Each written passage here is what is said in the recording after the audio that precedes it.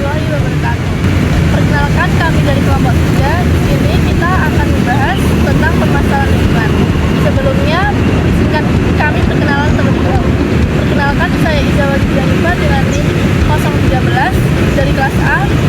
Saya Kaila Ramadhani dengan NIM 014 dari kelas A. Saya Irfan Maulana Yudhianto dengan NIM 012 dari kelas A. Saya Hakim Mulyadi dengan NIM 010 kelas A. Saya Rahmat Diansa dengan NIM 011 dari kelas A. Simak videonya ya. Polusi udara.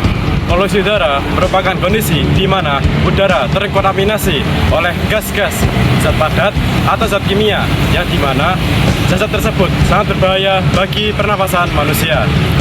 Polusi udara merupakan kasus yang sangat sulit dipecahkan di Indonesia dikarenakan minimnya kesadaran masyarakat untuk menggunakan bahan bakar atau menggunakan barang yang tidak menimbulkan gas, zat kimia, atau zat padat yang lainnya. Polusi udara disebabkan oleh beberapa sektor, seperti contoh dari sektor transportasi, yaitu emisi dari kendaraan bermotor, yaitu nitrogen dioksida atau NO2. Yang kedua, dari sektor pertanian, yaitu penggunaan pupuk berlebihan atau pestisida atau NH3. Dan yang ketiga, yaitu dari sektor pembakaran, seperti pembakaran limbah, pembakaran sampah, dan pembakaran lain. Masalah-masalah polusi udara dapat diselesaikan dengan nilai-nilai Pancasila seperti sila pertama, ketuhanan yang Maha Esa. Tuhan telah menciptakan udara dengan kualitas yang sangat amat bersih, tapi manusia merusaknya dengan polusi udara. Maka, oleh sebab itu, kita sebagai masyarakat beragama harus menyadari bahwa nikmat Tuhan itu sangat baik. Kita sebagai masyarakat beragama harus sadar untuk mengurangi polusi udara, dikarenakan itu merupakan sebuah kemungkaran kita terhadap nikmat Tuhan. Selanjutnya, polusi udara juga dapat diselesaikan dengan sila ketiga, Persatuan Indonesia. Masalah polusi udara merupakan masalah global yang terjadi secara menyeluruh di Indonesia, bukan hanya masalah individual. Maka oleh sebab itu, kita harus bersatu untuk mengurangi penggunaan emisi kendaraan bermotor, gas-gas lain, dan penggunaan zat yang mengandung asap yang akan menghasilkan polusi udara. Oke teman-teman, jadi di negara kita ini, Indonesia itu memiliki banyak sekali permasalahan lingkungan yang dapat kita temui di sekitar lingkungan kita. Salah satunya pencemaran sampah. Negara kita, Indonesia, itu dapat menghasilkan 64 juta ton sampah per bulannya, atau kalau kita hitung per hari itu mencapai 175.000 ton sampah per hari dari seluruh wilayah-wilayah yang ada di Indonesia. Dan sampah plastik merupakan salah satu penyumbang sampah terbesar yang sulit diurai. Tentu saja peran Pancasila di sini sangat penting sekali dalam menyelesaikan masalah lingkungan.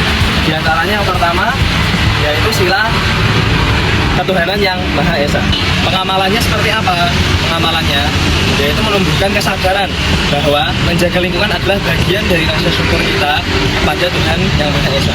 Kemudian solusinya yaitu mengadakan kegiatan bersih lingkungan berbasis komunitas keagamaan. Jadi kita sebagai umat beragama harus dapat menjaga kebersihan kita, baik kebersihan pribadi maupun lingkungan di sekitar kita. Kemudian yang kedua, kita sebagai pemuda yang memiliki peran penting dalam menjaga kesatuan negara. Contohnya kita mengadakan sosialisasi kepada masyarakat tentang pentingnya menjaga lingkungan baik air, tanah maupun udara kepada masyarakat. Yang selanjutnya, sungai. Pencemaran yang terjadi di sungai, contohnya adalah limbah rumah tangga, yaitu pembuangan sampah padat, plastik, botol, styrofoam, dan lain-lain. Dan limbah cair seperti air, deterjen, sisa minyak tanah, secara langsung ke sungai. Selanjutnya ada limbah industri. Pembuangan cairan kimia berbahaya, sisa proses produksi, dan limbah panas dari pabrik yang tidak diolah sesuai standar. Selanjutnya ada limbah tambang, yaitu contohnya seperti kotoran lumpur, logam berat, seperti penambangan ilegal maupun legal. Penyelesaian masalah pencemaran sungai paling erat kaitannya dengan sila Pancasila yang kelima, yaitu keadilan sosial bagi seluruh rakyat Indonesia.